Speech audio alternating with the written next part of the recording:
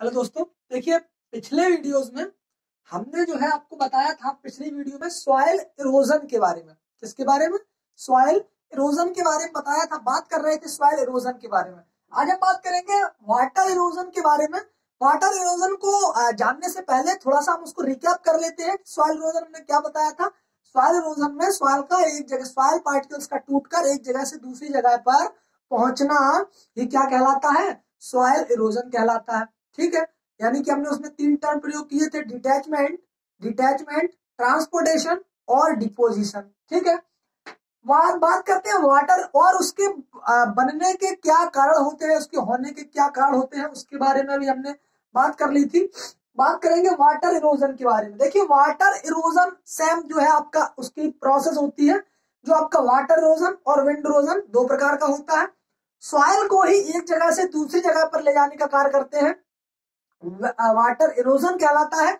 जैसे for example हमने जो आपको तीन टर्म प्रयोग किए थे उसमें हमने आपको बताया था डिटैचमेंट। क्या बताया था? डिटैचमेंट। और उसके बाद पहले डिटैचमेंट होगा किसका? सॉइल का। सॉइल का होगा, यानी कि जो भी आपके क्लॉड्स होते हैं, क्लॉड्स का मतलब आपने देखा होगा एग्रीगेट्स मतलब समुच्चय। किसका समुच्चय? पार्टिकल्स का, सॉइल पार्टिकल्स का। जो छोटे छोटे समुच्चय मिलकर एक ढेले का निर्माण करते हैं, जो छोटे छोटे सॉइल पार्टिकल्स मिलकर के एक ढेले का निर्माण करते हैं।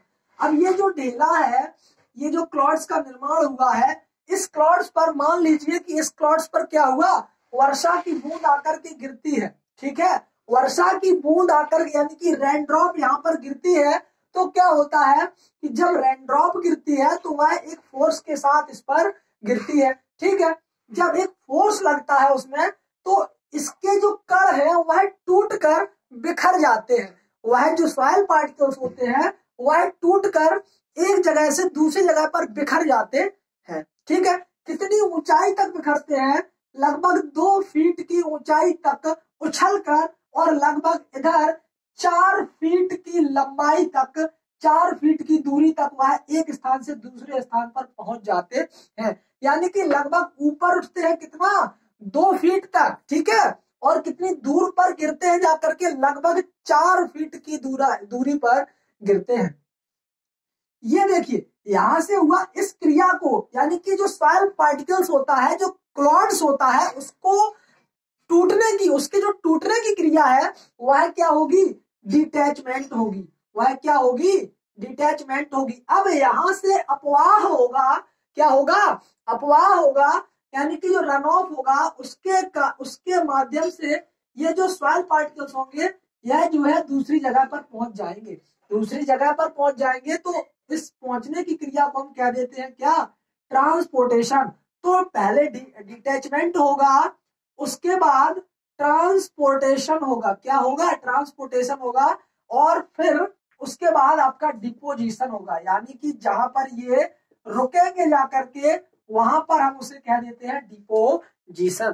तो वाटर जो आपका वाटर इरोजन होता है उसके कुछ यही जो है आपके पॉइंट होते हैं। इसके सिंपल सी परिभाषा की यदि हम बात करें तो the detachment of the soil particles, the detachment of the soil particles and the transportation of the detached soil particles.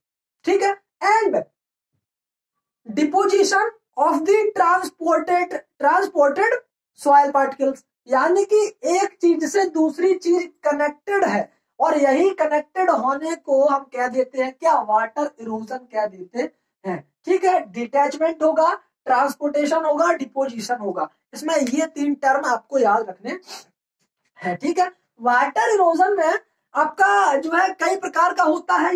ये जो आपका वाटर इरोजन होता है वह कई प्रकार का होता है, उसको हम समझ लेते हैं और उससे कई क्वेश्चन भी आपके एग्जाम में बनते हैं तो उनको हम समझ लेते हैं। जैसे आपका पहला होता है उच्छल अपर्दन। जैसे आपका पहला होता है उच्छल, हिंदी में यदि हम कहें तो उच्छल अपर्दन होता है, जिसे हम इंग्लिश में कहते हैं स्प्लैश इरोजन। क्या कह देते हैं? स्प्लैश इरोजन कहते हैं। क्या कहते हैं? स्प्लैश इरोजन कहते हैं। ठीक है, यानी कि उच्छल अपर्दन का मतलब क्या होता है? देखिए नाम से ही स्पष्ट है कि उच्छल का मतलब उछलना। क्या होना? उछलना। उछलने का मतलब होता है कि जैसे कोई आपका एक क्लाउड्स है, वही जो हमने आपको बात बताई, उस पर रेन ड्रॉप्स गिरेगा तो उसके जो सॉइल पार्टिकल्स होंगे वो यहाँ से दूसरी जगह पर पहुंच जाएंगे उछल करके। तो जब वह उछल करके दूसरी जगह पर पहुंच जाएंगे तो ऐसे अपर्दन को हम क्या कह देते हैं? ऐसे अपर्दन को हम कह देते हैं स्प्लैश इरोजन या उच्छल अपर्दन कह देते हैं। क्या कह देते हैं? स्प्लैश इरोजन या उच्छल अपर्दन कह देते हैं। ठीक है, उसके बाद जो आपका अगला होता है वह होता है आपका परत इरोजन, परत अपर्दन या सीट इरोजन बोलते हैं हम इसे। क्या बोलते हैं? Seat erosion. ठीक है, अब देखिए इसको समझते हैं कि सीट इरोजन क्या होता है। इसमें सबसे ज्यादा क्वेश्चन एक पूछा जाता है कि वाटर इरोजन का वह प्रकार बताइए जो कि सबसे हानिकारक होता है किसानों के लिए। तो किसानों के लिए जो सबसे हानिकारक होता है वह जो है आपका यही होता है, कौन सा? Seat erosion. सीट इरोजन जो होता है वह सबसे हानिकारक होता है, बिकॉज सीट का मतलब होता है हिंदी में क्या है? परत। सामने आपको नाम से स्पष्ट हो रहा है परत इरोजन। क्या हो रहा है? परत इरोजन। तो परत इरोजन का मतलब क्या होगा कि जब कोई आपका ऊपर की जो सॉइल है वह उसकी जब एक परत वाटर के साथ बह जाती है और जिसमें सबसे ज्यादा ऑर्गेनिक मैटर और जो आपके मिनरल्स और न्यूट्रिएंट्स होते हैं वह आपकी ऊपरी परत में ही होते हैं, जो कि हमारे पौधों के वृद्धि एवं विकास के लिए आवश्यक होती है। और वही परत जो आपकी जिसमें ज्यादातर मोर न्यूट्रिएंट्स है, मोर ऑर्गेनिक मैटर है, हाईली कंटेंट है, और जब वही परत आपकी बह जाएगी तो उसका जो है हमारे लिए लॉस होगा। ठीक है, और जब लॉस होगा तो वही सबसे ज्यादा हानिकारक होती है। तो पूछा जाता है कि वाटर इरोजन का वह प्रकार बताइए जो सबसे ज्यादा हानिकारक होता है। तो वह होता है आपका कौन सा? Seat erosion. कौन सा होता है? सीट इरोजन होता है, जिसे हम परत अपर्दन के नाम से जानते हैं। पूरी की पूरी ऊपर की एक परत बह जाती है जिसे हम क्या कह देते हैं? सीट इरोजन या परत अपर्दन के नाम से जान जाते हैं। इसमें छोटी छोटी रिल बन जाती हैं। क्या बन जाती हैं? रिल बन जाती हैं, जिसका अगला प्रकार भी अगला प्रकार भी हम रिल अपर्दन के नाम से जानते हैं। किसके नाम से? रिल अपर्दन। इंग्लिश में कहें तो उसे हम कहते हैं रिल इरोजन। क्या कहते हैं? रिल इरोजन कहते हैं। रिल अपर्दन का मतलब होता है कि जो भी आपकी जैसे सीट इरोजन हुआ, सीट इरोजन के बाद जो आपकी कुछ ऐसी नालियां आपको छोटी छोटी अवनालिकाएं, सूक्ष्म अवनालिकाएं बनती हुई दिखाई देती हैं। जहां तक पानी की बूंद जाएगी उसी के सहारे आपको छोटी छोटी नालियां आपको बनती हुई दिखाई देंगी। तो उसी को हम क्या कह देते हैं? उसी को हम रिल अपर्दन कह देते हैं। और यह वाटर इरोजन का इसे दूसरा प्रकार कहा जाता है। क्या कहा जाता है? इसे वाटर इरोजन का दूसरा प्रकार कहा जाता है। क्या कहा जाता है? इसे वाटर इरोजन का दूसरा या द्वितीय अवस्था या दूसरा प्रकार या द्वितीय अवस्था, सेकेंडरी फेज इसे कहा जाता है। ठीक है, अब जब रिल बन चुकी है तो रिल यानी कि छोटी छोटी अवनालिकाएं बन चुकी हैं, और जब वही अवनालिकाएं जब एक बड़ी खाई का रूप ले लेती है तो उसे हम कह देते हैं, क्या कह देते हैं? उसे हम कह देते हैं गली इरोजन। गली का मतलब आप समझते होंगे, जब पानी बरसता है तो पानी बरसने के बाद आपको दिखता होगा कि बहुत सारी जगह जगह पर खाई सी बन जाती है, मोटी मोटी खाइयां बन जाती हैं। तो वहां से क्या होता है? मृदा का कटाव होता है। मृदा का कटाव होता है तभी तो खाइयां बनती हैं, तभी तो गली इरोजन होता है। क्योंकि जो ये आपकी अवनालिकाएं छोटी छोटी यदि अवनालिकाएं बनती हैं तो उसे हम रिल इरोजन कह देते हैं, यानी कि रिल्स बनती हैं। और जब वही रिल एक बड़ा रूप धारण करके गली बना देती हैं, गली मतलब बड़ी बड़ी लंबी लंबी मोटी मोटी खाई बना देती हैं, उसे हम गली इरोजन के नाम से जानते हैं। किसके नाम से? गली इरोजन के नाम से, या अवनालिका अपर्दन, जिसे हम हिंदी में कहते हैं अवनालिका अपर्दन। क्या कहते हैं? अवनालिका अपर्दन कहते हैं। ठीक है, तो ये हो गया आपका गली अपर्दन। उसके बाद अगला जो आपका प्रकार है वह है आपका कौन सा? गली अपर्दन के बाद सरता तीर अपर्दन। सरता तीर अपर्दन का मतलब होता है सरता तीर अपर्दन। इंग्लिश में जिसे हम कहते हैं स्ट्रीम बैंक इरोजन। क्या कह देते हैं? Stream bank erosion. Stream bank erosion, यानी कि जो आपकी नदियां होती हैं, उन नदियों के किनारे किनारे की जो मृदा होती है, जैसे आपकी ये नदी बह रही है, इस नदी के किनारे की जो मृदा होगी, वह पानी के बहाव के साथ कट करके वह एक जगह से दूसरे जगह पर पहुंच जाती है। जब कोई नदी होती है तो उस नदी के जो किनारे की जो मृदा होती है, यानी कि जो किनारे की सॉइल होती है, वह पानी के बहाव के फोर्स के कारण वह एक स्थान से दूसरे स्थान पर पहुंच जाती है, जिसे हम क्या कह देते हैं, जिसे हम स्ट्रीम बैंक इरोजन कह देते हैं। स्ट्रीम का मतलब होता है सरता, मतलब बहती हुई धारा, और बैंक का मतलब होता है किसी का किनारा। किसका किनारा? सरिता का किनारा। और इरोजन का मतलब आपको पता है कि किसी भी सॉइल पार्टिकल्स का एक स्थान से दूसरे स्थान पर पहुंचना ही आपका इरोजन कहलाता है। ठीक है, तो जो स्ट्रीम बैंक का मतलब हो गया नदी का किनारा, और जो नदी के किनारे जो भी इरोजन हो रहा है उसे हमने क्या नाम दे दिया? उसे हमने स्ट्रीम बैंक इरोजन नाम दे दिया। ठीक है, उसके बाद स्लिप अपर्दन आता है। कौन सा आता है? स्लिप अपर्दन, या जिसे हम इंग्लिश में कह सकते हैं स्लिप इरोजन। क्या कह देते हैं? इसे हम स्लिप इरोजन कह देते हैं। इसका मतलब होता है समुद्र तट अपर्दन। क्या होता है? समुद्र तट अपर्दन। जैसे समुद्र जल की लहरों के तेज थपेड़े किनारों की मृदा का कटाव करते हैं। जो भी आपकी समुद्र के किनारे की जो मृदा होती है, वह जो समुद्र का पानी होता है वह बहुत ही बलपूर्वक आगे की ओर बढ़ता है, और जब बलपूर्वक आगे की ओर बढ़ता है तो उसके किनारे की जितनी भी मृदा होती है वह जो है कट करके आगे की ओर बढ़ जाती है, जिसे हम क्या कह देते हैं? जिसे हम स्लिप इरोजन के नाम से जानते हैं। क्या किसके नाम से जानते हैं? स्लिप इरोजन के नाम से जानते हैं। ये हो गए आपके वाटर इरोजन के प्रकार, जिसमें हमने आपको पहला प्रकार बताया किसका? स्प्लैश इरोजन, यानी कि उच्छल अपर्दन। हिंदी में कहें तो उच्छल अपर्दन, इंग्लिश में कहें तो उसे हम स्प्लैश इरोजन के नाम से जानते हैं। दूसरा प्रकार है आपका सीट इरोजन, जो कि किसानों के लिए सबसे ज्यादा हानिकारक होता है, बिकॉज ऊपर की पूरी परत बह जाती है, जिसमें highly content of nutrient minerals होते हैं, और उनकी हमारे पौधों की वृद्धि एवं विकास, यानी कि ग्रोथ एंड डेवलपमेंट के लिए आवश्यकता होती है। ठीक है, तो दूसरा हुआ आपका सीट इरोजन। तीसरा कौन सा था? तीसरा आपका रिल, और चौथा आपका गली इरोजन, उसके बाद स्ट्रीम बैंक इरोजन, और उसके बाद स्लिप इरोजन। ये आपके 6 प्रकार हो गए वाटर इरोजन के बारे में। अब बात करते हैं वाटर इरोजन को, यानी कि जल अपर्दन को प्रभावित करने वाले कारक कौन कौन से होते हैं। Factors affecting of this water erosion, यानी कि जल अपर्दन को या वाटर इरोजन को इफेक्ट करने वाले जो भी आपके कारक होते हैं, उसको कौन कौन से कारक इफेक्ट करते हैं उनके बारे में बात कर लेते हैं। तो उसके लिए आपको सिर्फ एक लाइन याद रखनी है, E बराबर एफ सी एल, E बराबर एफ कोष्ठक में CL comma V T S H। इसका मतलब हुआ, E का मतलब हो गया इरोजन। इसको एक बार समझ लेना, दोबारा समझने की जरूरत नहीं पड़ेगी। E का मतलब हो गया इरोजन, और F का मतलब हो गया फंक्शंस। F का मतलब हो गया फंक्शंस ऑफ। अब किसके फंक्शंस? फंक्शंस का मतलब कार्य करना। किसके कार्य हो रहे हैं? किसके फंक्शंस हो रहे हैं? Functions of. यहाँ CL का मतलब हो गया आपका क्लाइमेट, यानी कि क्लाइमेट अफेक्ट करता है।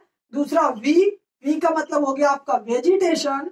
दूसरा V का मतलब हो गया वेजिटेशन। T का मतलब हो गया आपका टोपोग्राफी। टोपोग्राफी को हिंदी में कहते हैं तल रूपता। क्या कहते हैं?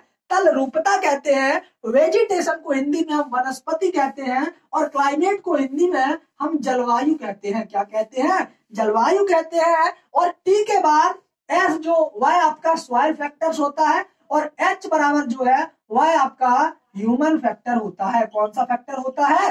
ह्यूमन फैक्टर होता है। तो एफ बराबर functions of climate, vegetation, topography, soil and human factors affect करते हैं। किसको अफेक्ट करते हैं? हमारे वाटर इरोजन को अफेक्ट करते हैं। अब यही फॉर्मूला आपको याद रखना है, E बराबर एफ CL VTSH। इसी प्रकार से आपका पूरा कंप्लीट हो जाएगा। और हो सकता है कि आपसे क्वेश्चन इस प्रकार से पूछा जाए कि जो आपका सॉइल इरोजन या वाटर इरोजन होता है उसमें Cl का मतलब क्या होता है, तो Cl का मतलब क्लाइमेट होता है, V का मतलब वेजिटेशन होता है, T का मतलब टोपोग्राफी होता है, S का मतलब सॉइल फैक्टर होता है, H का मतलब ह्यूमन फैक्टर होता है। इनके बारे में एक एक करके हम विस्तार से बात कर लेते हैं। ठीक है, तो देखिए पहला जो है वह क्या है आपका, पहला फंक्शन किसका है, जलवायु मतलब क्लाइमेट का। किसका है, जलवायु मतलब क्लाइमेट का है।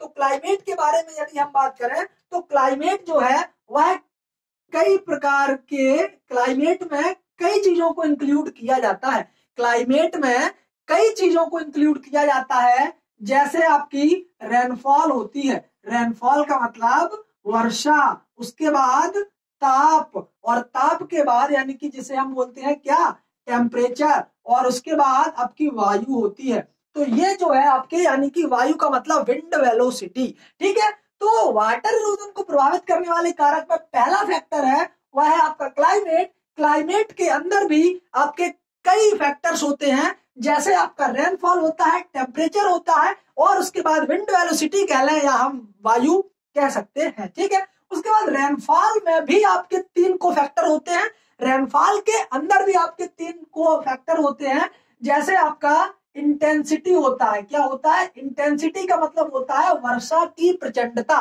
दूसरा होता है अमाउंट ऑफ रेनफॉल, क्या होता है, अमाउंट ऑफ रेनफॉल होता है। और तीसरा जो है वह आपका क्या होता है, ड्यूरेशन ऑफ रेनफॉल होता है। क्या होता है, ड्यूरेशन ऑफ रेनफॉल होता है। तो इसी प्रकार से चीजों को एक कनेक्टिवली चेन बनाकर यदि हम पढ़ते हैं तो चीजें आसान हो जाती हैं। जैसे आपका क्लाइमेट है, क्लाइमेट को हमने 3 भागों में विभाजित किया, क्लाइमेट को कई भागों में विभाजित किया जाता है, तो हमने यहाँ पर 3 भाग लिखे, रेनफॉल, टेम्परेचर और वायु, जो कि ज्यादा इफेक्ट करते हैं वाटर इरोजन को।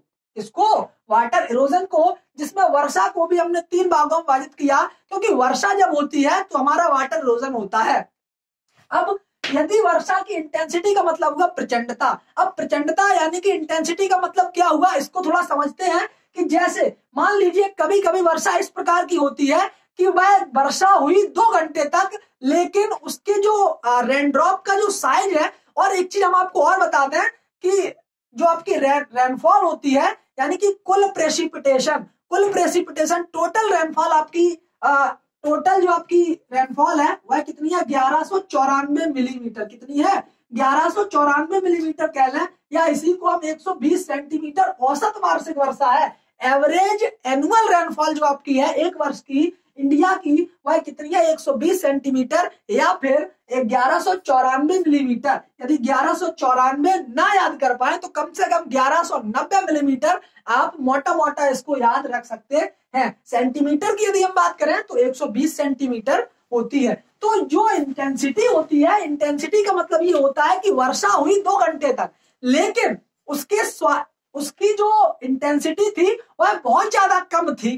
कम का मतलब उसके जो पार्टिकल्स आ रहे थे, ड्रॉपलेट साइज जो आ रहा था वह बहुत छोटा था। ठीक है, और उसके ड्रॉपलेट साइज में ज्यादा क्या नहीं था, गति नहीं थी, जिस कारण जो सॉइल पार्टिकल्स थे उनको उसने डिटैच नहीं कर पाया, मतलब उसको तोड़ नहीं पाया। तो इंटेंसिटी पर भी निर्भर करता है। जैसे थोड़ा सा और समझने का प्रयास करें कि वर्षा 2 घंटे हुई लेकिन कम मात्रा में हुई, ठीक है, तो वाटर इरोजन कम होगा। लेकिन वर्षा सिर्फ और सिर्फ 5 मिनट ही हुई, लेकिन इतनी तेजी से हुई कि जो है आसपास का पूरा एरिया जो था वह पानी से भर गया। ठीक है, तो ऐसी कंडीशन में वाटर इरोजन ज्यादा होता है। ऐसी कंडीशन में वाटर इरोजन या सॉइल इरोजन ज्यादा होता है।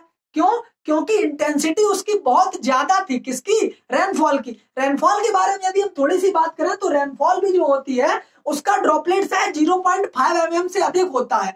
0.5 mm से अधिक होता है, रेनफॉल कहलाती है। पूछा जाता है क्वेश्चन कि रेनफॉल किसे कहते हैं, तो ऐसा वाटर का ऐसा फॉर्म आसमान से आना जिसकी ड्रॉपलेट साइज 0.5 mm से अधिक होती है उसे हम रेनफॉल यानी कि वर्षा में इंक्लूड करते हैं। और जिसका 0.5 mm से कम होता है ड्रॉपलेट साइज उसे हम ड्रिजल कहते हैं। क्या कहते हैं? ड्रिजल कहते हैं। एक होता है, आपने देखा होगा, फॉग। फॉग या मिस्ट जिसे बोलते हैं, जिसे हिंदी में धुंध बोलते हैं, ऐसी जिनका 0.5 mm से कम होता है उसे तो हम ड्रिजल कह देते हैं, और ऐसे ड्रॉपलेट्स आए जिसका आकार 0.5 mm से अधिक होता है उसे हम रेनफॉल या वर्षा कह देते हैं। वर्षा की बूंद का आकार 0.5 mm से यदि अधिक होता है तो उसे हम वर्षा कहते हैं, ठीक है। यदि उसका आकार कम है तो उसे हम ड्रिजल के नाम से जानते हैं। यदि उसका आकार इतना कम है कि वह नीचे आने से पहले वायुमंडल में, हमारी पृथ्वी की सतह पर आने से पहले ही वह क्या हो जाती है, वह ऊपर वायु में ही उड़ जाती है, तो नीचे नहीं आ पा रही है, वह वायु में ही उड़ जाती है, उसे हम कहते हैं मिस्ट, या हिंदी में कहें तो उसे हम धुंध कहते हैं, जो कि ज्यादातर आपको ठंडी या सर्दियों के दिनों में देखने को मिलेगा, ठीक है। एक होता है कोहरा या कुहासा, जिसे हम बोलते हैं फॉग, ठीक है। फॉग सेंट भी आपने लगाया होगा, जब वहां से स्प्रे करते हैं तो कोहरा जैसा निकलता है, ठीक है, तो वही होता है आपका फॉग। बात करते हैं इंटेंसिटी की। अमाउंट का मतलब होता है कितनी मात्रा में वर्षा हुई है। जब ज्यादा मात्रा में वर्षा होगी तो वाटर इरोजन ज्यादा होगा, ठीक है। ड्यूरेशन का मतलब वर्षा 5 मिनट हुई, वर्षा 10 मिनट हुई, वर्षा 5 मिनट होगी तो वाटर इरोजन ज्यादा होगा, वर्षा 10 मिनट होगी तो वर्षा 5 मिनट हुई तो वाटर इरोजन कम होगा, और जब 10 मिनट होगी यानी कि ज्यादा होगी तो फिर वाटर इरोजन भी बढ़ेगा। तो इसका सीधा सीधा कनेक्ट होता है ड्यूरेशन से, कि वर्षा जितनी देर होगी उतना ज्यादा वाटर इरोजन होगा, ठीक है। तो ये हो गई आपकी वर्षा की बात। उसी प्रकार से ताप की भी बात कर लेते हैं। जो आपका टेम्परेचर होता है यह भी हमारे वाटर इरोजन को प्रभावित करता है। किस प्रकार से प्रभावित करता है, जो भी आपकी चट्टानें होती हैं उस पर जब ताप पड़ता है, जो भी आपकी चट्टानें होती हैं उस पर ताप पड़ता है, तो ताप के कारण वह गर्म होती है, और गर्म होने के बाद वह चिटक जाती हैं, यानी कि उनका अपक्षय हो जाता है। सीधी सी बात, अपने साइंटिफिक तौर पर यदि हम बात करें तो उसका अपक्षय हो जाता है। अपक्षय का मतलब होता है चट्टानों का टूटना। इंग्लिश में यदि हम कहें तो the weathering of the rocks, चट्टानों का टूटना, वेदरिंग होना।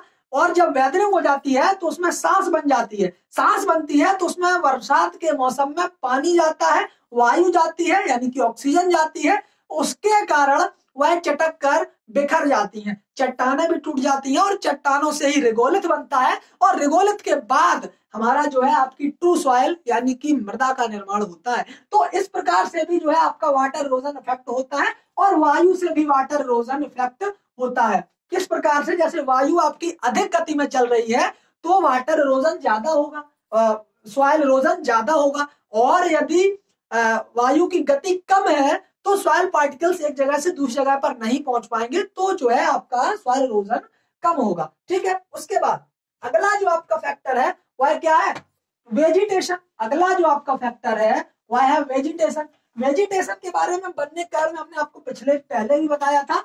वेजिटेशन का मतलब होता है वनस्पति, ठीक है। वनस्पति का मतलब हुआ कि जितनी हमारी जो जमीन है, जो भी आपकी पृथ्वी ऊपरी धरातल है, जो भी आपकी ऊपर की सॉइल होती है वह ढकी होनी चाहिए। जब वह ढकी होगी, ढकी होने का मतलब है जितने भी आपके पेड़ पौधे होते हैं वह उसको ढके हुए रखते हैं, या आपकी घासें होती हैं, तो ऊपर से जब रेनड्रॉप आएगी यानी कि वर्षा की बूंद आएगी तो वह जो है डायरेक्टली हमारे सॉइल क्लोथ्स पर आक्रमण नहीं कर पाएगी, सॉइल क्लोथ्स पर या आपके धरातल पर डायरेक्टली आक्रमण नहीं कर पाएगी, तो सॉइल पार्टिकल्स का डिटैचमेंट नहीं होगा। किसका डिटैचमेंट नहीं होगा, सॉइल पार्टिकल्स का डिटैचमेंट नहीं होगा, और जब डिटैचमेंट नहीं होगा तो फिर उसका ट्रांसपोर्टेशन भी नहीं होगा, जब ट्रांसपोर्टेशन नहीं होगा तो डिपोजिशन भी नहीं होगा, ठीक है, तो सॉइल इरोजन नहीं होगा। तो इस पर जब तक हम वनस्पति रखते हैं, क्या रखते हैं, वनस्पति, यानी कि जितनी भी ज्यादा हमारे सॉइल पर वेजिटेशंस होंगी तो वाटर इरोजन वहां पर इफेक्ट होता है, ठीक है। उसके बाद अगला जो आपका फैक्टर है वह क्या है, अगला फैक्टर है आपका टोपोग्राफी। टोपोग्राफी मतलब होता है तल रूपता। तल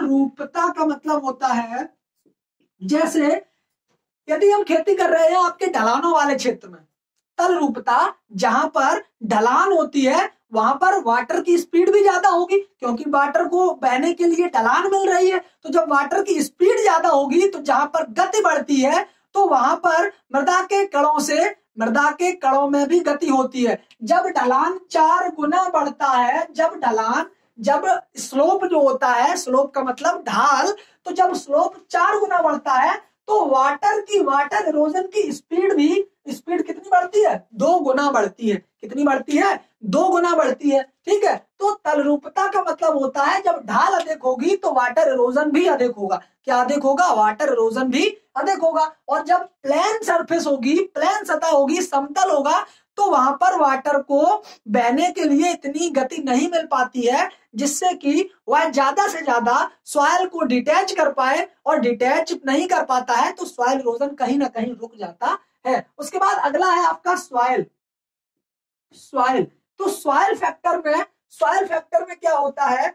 सॉइल फैक्टर की यदि हम बात करें तो जैसे आपकी सॉइल होती है वह कई प्रकार की होती है। जैसे उसमें वाटर होल्डिंग कैपेसिटी उसकी किस प्रकार है? जैसे वाटर होल्डिंग कैपेसिटी का मतलब होता है आपकी जो सॉइल है उसमें जल धारण करने की क्षमता कितनी है। जैसे वाटर होल्डिंग कैपेसिटी, उसमें जैसे ही हम पानी डालते हैं तो वह जो है सोखता चला जाता है। कोई मृदा ऐसी होती है, जैसे आपने बालू, सैंड जिसे हम बोलते हैं, सैंड में जैसे ही आप पानी डालते चले जाएंगे वह जो है सोखती चली जाएगी, बालू। ठीक है, और जो आपकी चिकनी मृदा होती है वह ज्यादा पानी नहीं सोखती है। ठीक है, तो वह ज्यादा पानी नहीं सोखती है बिकॉज उसकी वाटर यूज इफिशियंसी ज्यादा होती है, वाटर होल्डिंग कैपेसिटी कम होती है। लेकिन सैंडी सॉइल की वाटर होल्डिंग कैपेसिटी ज्यादा होती है लेकिन वाटर यूज इफिशियंसी कम होती है बिकॉज उसके नीचे नीचे पानी का एब्जॉर्प्शन होता रहता है और सीधे सीधा पानी जो है परकुलेट हो जाता है। ठीक है, तो वाटर होल्डिंग कैपेसिटी पर भी निर्भर करता है आपकी सॉइल। दूसरी आपकी एरोडेबिलिटी और मृदा की समस्याग्रस्तता।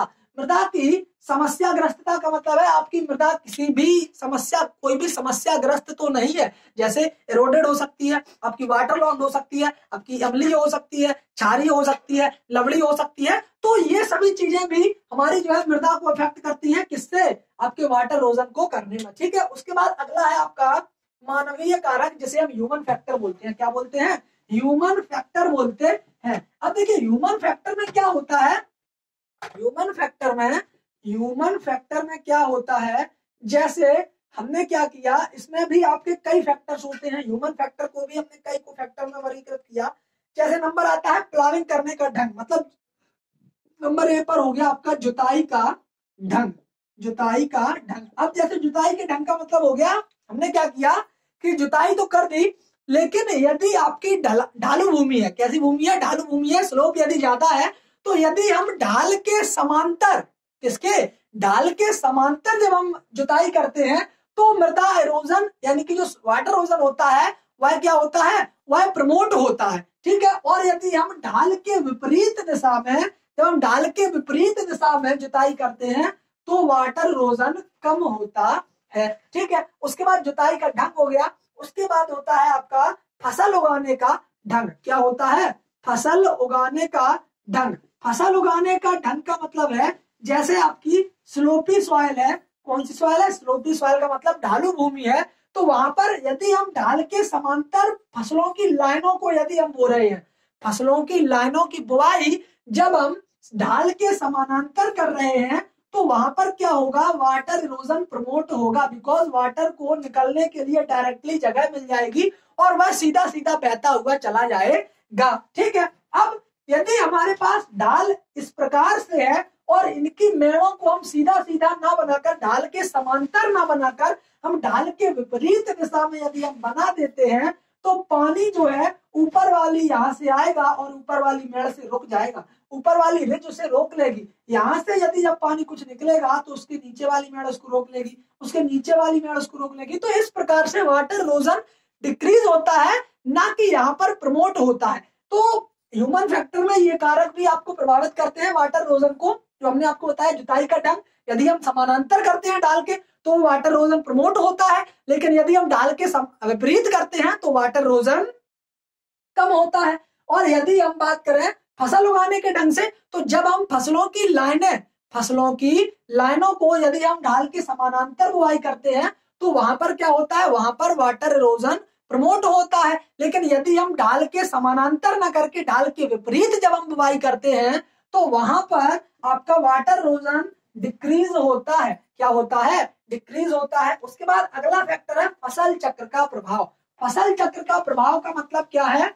फसल चक्र का प्रभाव का मतलब है कि हम इस प्रकार की फसल को चुनें, इस प्रकार की फसल का सिलेक्ट करें, फसल चक्र का चुनाव करने का मतलब है फसल चक्र को हम इस प्रकार से सिलेक्ट करें कि आपकी पूरे साल में ज्यादा से ज्यादा जो भूमि है वह जो है ढकी रहे, वेजिटेशन रहेगा। अभी हमने आपको बताया था यदि भूमि आपकी ढकी रहेगी, पूरी की पूरी भूमि आपकी जब ढकी रहेगी तो जो है वहां पर वाटर नहीं आ पाएगा और सीधा सीधा हमारे सॉइल पार्टिकल्स पर अटैक नहीं कर पाएगा। जब अटैक नहीं होगा उस फोर्स के साथ तो सॉइल पार्टिकल्स अलग अलग नहीं होंगे, डिटैच्ड नहीं होंगे। ठीक है, तो फसल चुनाव, फसल चक्र का हम इसी प्रकार जो है चुनाव करते हैं। और हम आपको जानकारी के लिए बता दें कि जो भी आपकी फसलें होती है, कुछ फसलें ऐसी होती हैं जो कि सॉइल इरोजन को रोकती हैं, जैसे या वाटर इरोजन को रोकती हैं। जैसे आपकी मूंग हो गई, विग्ना मूंगो या विग्ना रेडिएटा बोलते हैं, और जो आपका मूंग होगी, आपकी उर्द हो गई,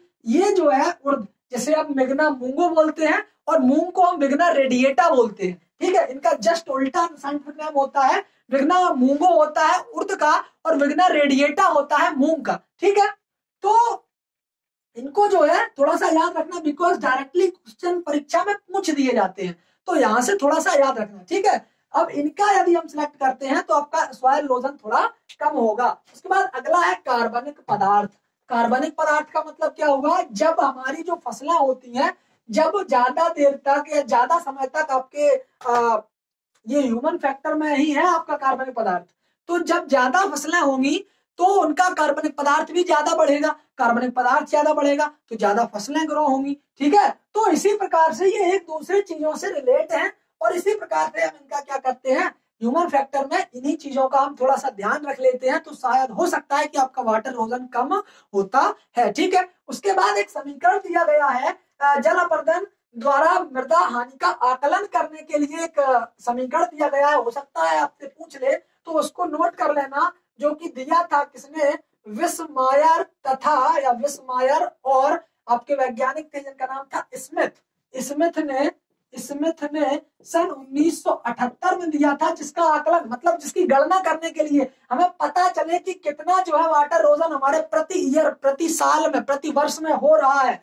तो उसका जो समीकरण है वह है ए बराबर आर के एल एस सी पी, ए बराबर आर के एल एस सी पी। ठीक है, ये समीकरण आप याद कर लेना। हो सकता है आपसे डायरेक्टली परीक्षा में पूछ ले, या फिर कुछ इस प्रकार से भी पूछ सकता है कि आपकी जो सॉइल या जल अपर्दन होता है, जल अपर्दन के लिए आकलन करने के लिए, गणना करने के लिए जो समीकरण दिया गया है वह किसने दिया था। तो उसमें विस्मायर का नाम दे सकता है या स्मिथ का नाम दे सकता है, या वहां पर सन पूछ सकता है कि कब दिया गया था, तो 1978 में दिया गया था। ठीक है, ये बात थी आपकी वाटर इरोजन की। आज जो है आपका वाटर इरोजन लगभग आधा कंप्लीट हो चुका है।